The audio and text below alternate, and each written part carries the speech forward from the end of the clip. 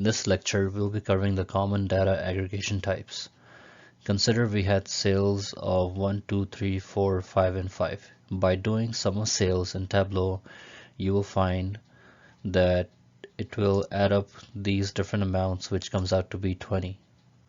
So if you were to create, just like that, if you were to create a calculated field to calculate the average, you would do average, and then you would write the sales. Sales is a measure that is in your data set. So it is basically a column which has all the sales. So if you were to do average, Tableau will divide the sum of sales divided by the total number of sales, and it will give you an amount which is 3 point something. Just like that, if you wanted to do a count of how many sales there are in your data set, you would do count of sales, which will give you 6, which is the total number of occurrences or total number of sales in your data set.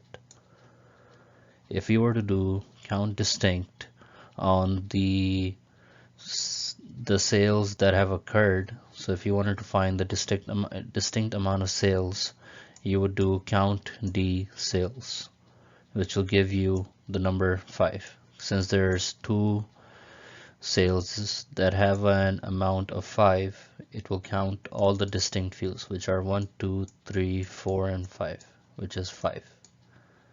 Just like that, if you wanted to find out what was the minimum amount of sale in your data set, you would do minimum, MIN, and then sales, which will give you an amount of 1, since 1 is the lowest amount of sales that we have in our record. Just like that, if you wanted to find the max amount of sales, you would do max sales, and you will find that the highest amount of sale was 5. Just like that, if you wanted to find the median, then you would do median sales, which will give you the amount of 3.5,